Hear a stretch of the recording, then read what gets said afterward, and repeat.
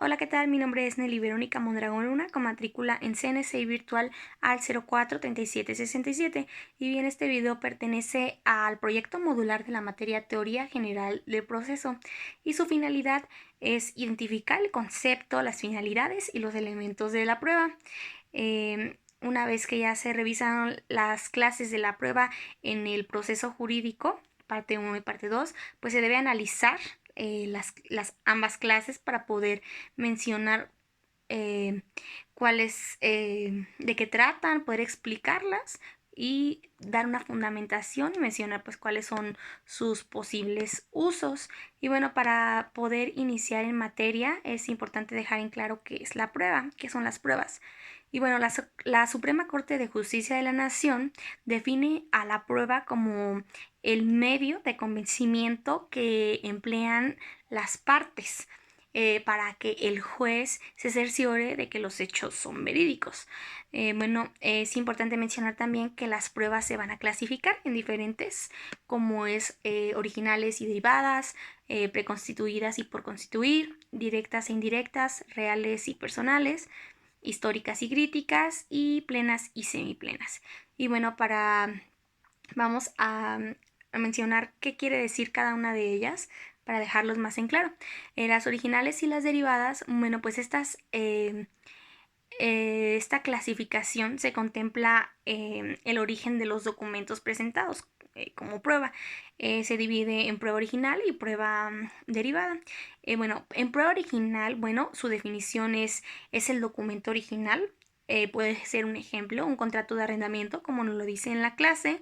Es un contrato que se firmó y del cual se guarda uno de los originales firmado por las partes.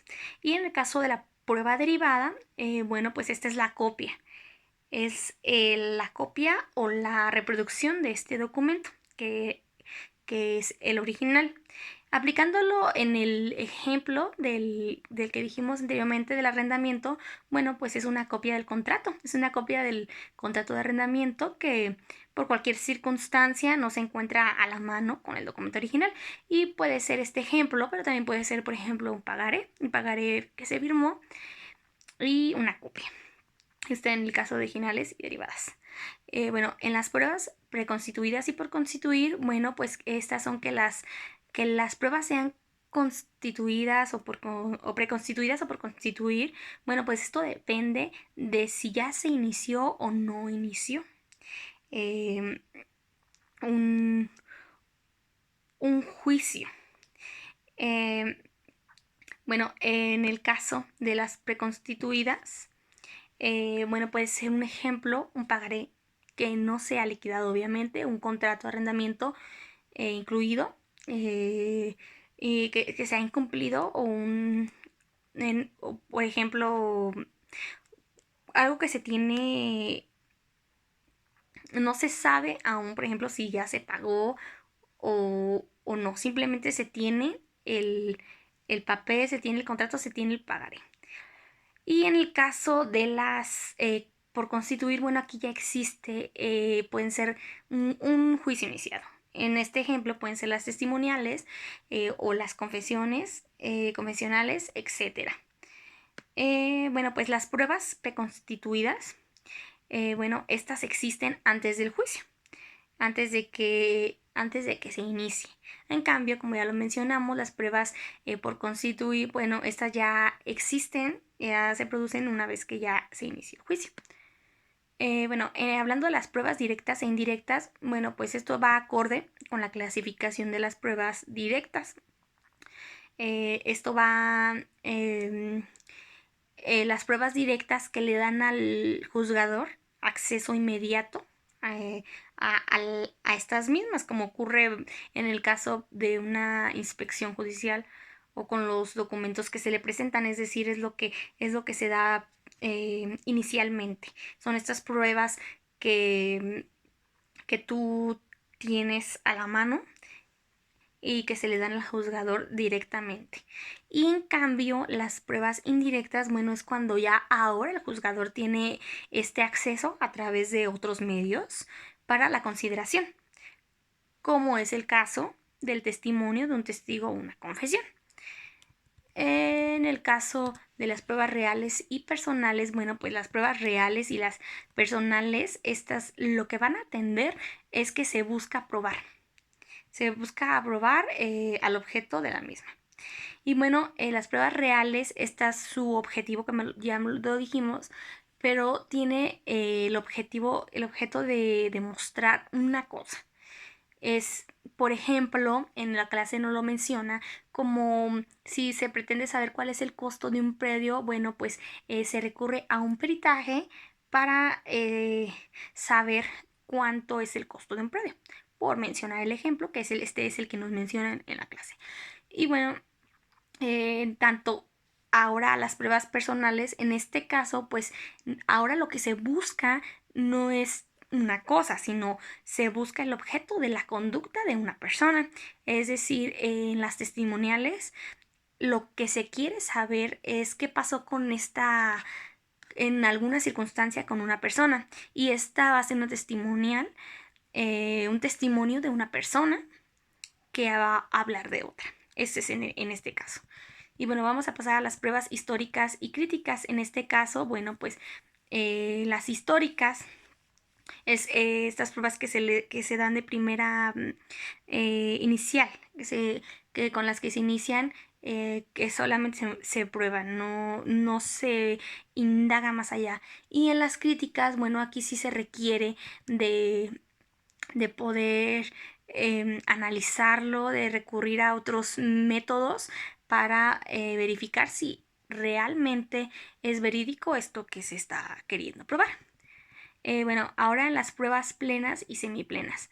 Las plenas, bueno, estas son las que indudablemente tienen un valor que ya es probatorio, son por excelencia verdaderas y en este caso el ejemplo pues son las actas de matrimonio, las actas de nacimiento, es algo que ya es verídicamente pues como ya lo dijimos por excelencia pues indudable. Y en el cambio, las semiplenas, bueno, aquí sí va a existir, puede ser relativamente porque se pueden debatir. Es el caso de algunas testimoniales porque pues pueden ser objetadas, porque no se sabe con veracidad, eh, pues, o la falta de veracidad de los testigos. Un ejemplo, bueno, un ejemplo que nos da la clase es que no es lo mismo un acta de nacimiento, un acta de matrimonio, con que esto es un documento gubernamental. Entonces, por excelencia, sabemos que es un documento el cual sabemos que es por excelencia una prueba. Y en el caso, pues, de una testimonial, no sabemos si esta persona pues porque su naturaleza es imperfecta, bueno, puede, puede alterar las cosas. No es lo mismo que una persona platique algo de su testimonial de algo que cree haber visto. En cambio, no es lo mismo un documento como tenemos la veracidad. Y pues siempre es conveniente analizar en los casos concretos qué pruebas son ideales y cuáles no, porque en algunos casos pueden estorbar y pueden ser, en vez de a, pues ser buenas, pueden ser malas para el para tratar de probar lo que se está queriendo probar. Pueden resultar al revés. Ok, hablando sobre la prueba, bueno, pues vamos a platicar sobre el objeto de la prueba. Y pues bueno, el objeto de las pruebas es esclarecer los hechos en los que existe alguna duda, en los que se tiene alguna controversia por las partes o por una parte. Siempre es esclarecer. Las pruebas pues se pueden considerar en este caso como pertinentes o como impertinentes, esto de acuerdo a su objeto. Y pues vamos a dejar en claro qué quiere decir cada una de ellas. Las pertinentes, bueno, su concepto es que la prueba se considera pertinente cuando recae sobre un hecho que tiene relación con lo que trata, lo que se trata de probar ante pues alguna de las relaciones lógicas posibles entre los hechos y sus consecuencias. Y las impertinentes, bueno, su concepto pues es que se califican como impertinentes cuando las pruebas que se presentan no se relacionan ni directa ni indirectamente con los hechos controvertidos. Bueno, esto lo que quiere decir es que las pertinentes pues son estas pruebas que nos van a ayudar a, que nos sirven para poder hacer verídico lo que queremos hacer, queremos tratar de probar. Son todas estas pruebas que nos sirven y que tienen que ver con lo que nosotros queremos probar, que van relacionadas con lo que se pretende. En cambio, las impertinentes pues son estas que se pueden presentar algunas pruebas que no tienen que ver nada. Aquí nos dice directa o indirectamente que no tienen que ver con lo que se pretende. Entonces esto, en vez de ayudar, puede desfavorecer mucho para que pues sea a favor nuestro. Y bueno, las pruebas que se adopten siempre en un juicio tienen que ser pertinentes, es como lo mencionábamos anteriormente. De lo contrario, si se presentan pruebas pues impertinentes, bueno, estas pueden ser, y es muy posible que sean desechadas. De hecho, son desechadas porque no tienen que ver con lo que se trata de probar. Y pues obviamente su posible determinación a favor de alguien pues será cada vez más difícil. Bueno, vamos a hablar sobre la carga de la prueba. Y bueno, pues la carga de la prueba también es conocida como probatoria. Esta lo que va a representar la obligación que recae sobre una o ambas partes para entregar al juez los medios de prueba idóneos y pertinentes para que se forme su opinión sobre los hechos que se alegaron ante las partes, se alegaron las partes al inicio del proceso. Y bueno, pues no es la obligación por sí misma, pero verídicamente, verdaderamente, se tiene pues el interés de probar lo dicho. Se deben presentar las pruebas, pues de lo contrario los implicados pues van a ajustarse a las consecuencias que el derecho va a recaer con ellos. Van a estar, esto depende a la materia. En estos supuestos de prueba, bueno, como en todas las cosas lo mencionamos, pues tienen sus excepciones y vamos a hablar sobre las excepciones de prueba.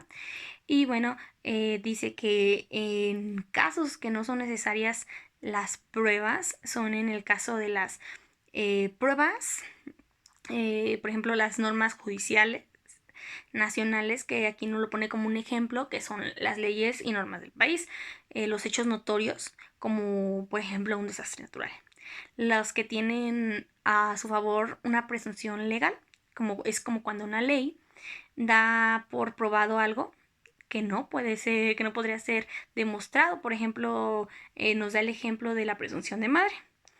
Y las probadas, admitidas y confesadas, bueno, pues esta porque los hechos que ya se probaron en el juicio y que fueron admitidos o confesados por las partes, ya hubo una confesión. Y bueno, vamos a pasar a las clases de prueba. Y bueno, una vez aquí, bueno, ya que vimos sobre la prueba, pues vamos a ver cómo se clasifican, qué tienen para aportar, cuándo es necesario sí aportarlas y cuándo no.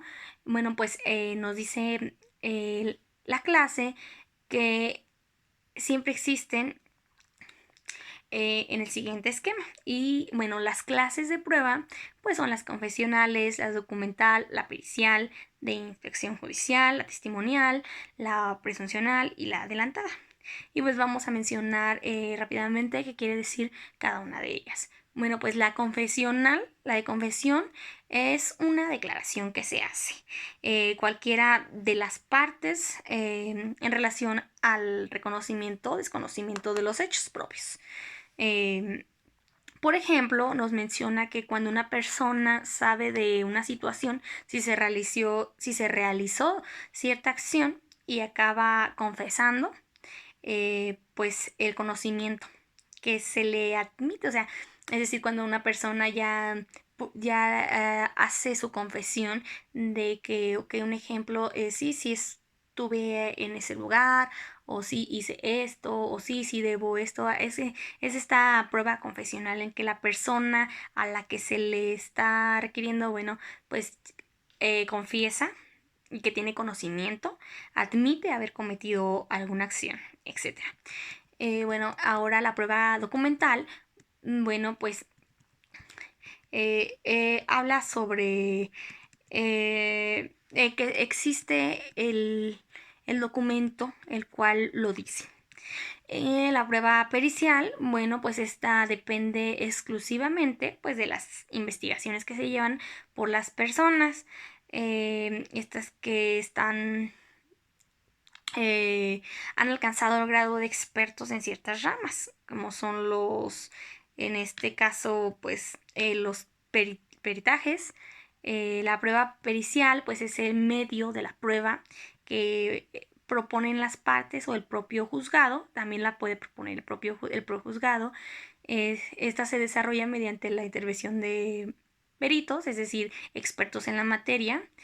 Eh, y pues obviamente este peritaje va a constituir un dictamen eh, que da pues veracidad a lo que a la prueba.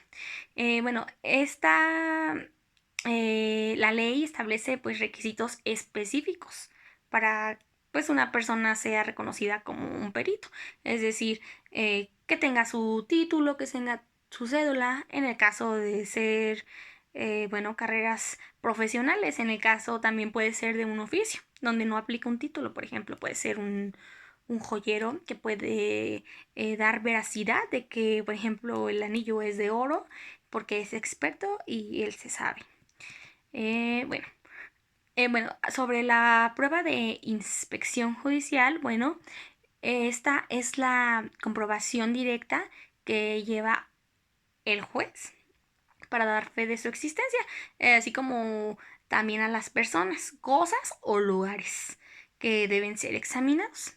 Y pues se reduce normalmente a la visita del lugar para cerciorarse de la existencia de ciertas personas o cosas. En el caso de cuando se, no sé, unas personas se meten a una casa a lo mejor que no es de ellos, bueno, aquí se va a, es un lugar, la casa y las personas. Es para que vayan a cerciorarse. Ok, la prueba testimonial. Bueno, esta es la que lleva a cabo mediante la presentación de testigos. Las personas tienen conocimientos de los hechos, de las partes. Es donde el contenido de sus declaraciones recibe el nombre de testimonio. Y pues los hechos presenciados directa e indirectamente, ya sean porque constan personalmente por haberlos visto, oído, o porque saben de otras personas. Es decir, estos testigos, bueno, son dos tipos, porque uno es cuando ya los testigos hablan sobre algo que vieron o algo que escucharon o les dijeron. Entonces, cuando suelen ser de estos mm, últimos que mencionamos, que son los que no que han escuchado o les han dicho otras personas, bueno, no son testigos tan confiables porque pues puede ser muy debatido y en un juicio no es no es muy recomendado. Puede ser pues perjudicial. Y la prueba presuncional, bueno, pues la presunción es la consecuencia que la ley o el juzgador deducen de un hecho conocido para indagar la existencia o la necesidad de otro hecho que es desconocido. En este tipo de prueba pues se distinguen de forma que es presunciones legales y las presunciones humanas. En el caso de las legales, bueno, pues son todo lo que entra de la ley, es el carácter que la ley prevé. Por ejemplo, todo puede ser un documento. Y en la humana, bueno, esta no está contemplada dentro de la ley, pero pues si el juzgador, el juez, bueno, debe deducir al respecto para partir de estos hechos ante el juez. Bueno, y las pruebas adelantadas, bueno, pues esta es cuando un ejemplo de esto es cuando se debe un pagaré. Y si se tiene el temor que el deudor vaya a malgastar o los bienes o, o algo que se tiene el cargo, pues para evitar evitar el pago de su obligación, bueno, pues lo que se puede hacer, en la clase nos menciona, es ir ante un juez y establecer cuáles son las medidas cautelares que se van a cumplir. Y pues bueno, esto es lo visto en clase y pues bueno, muchas gracias.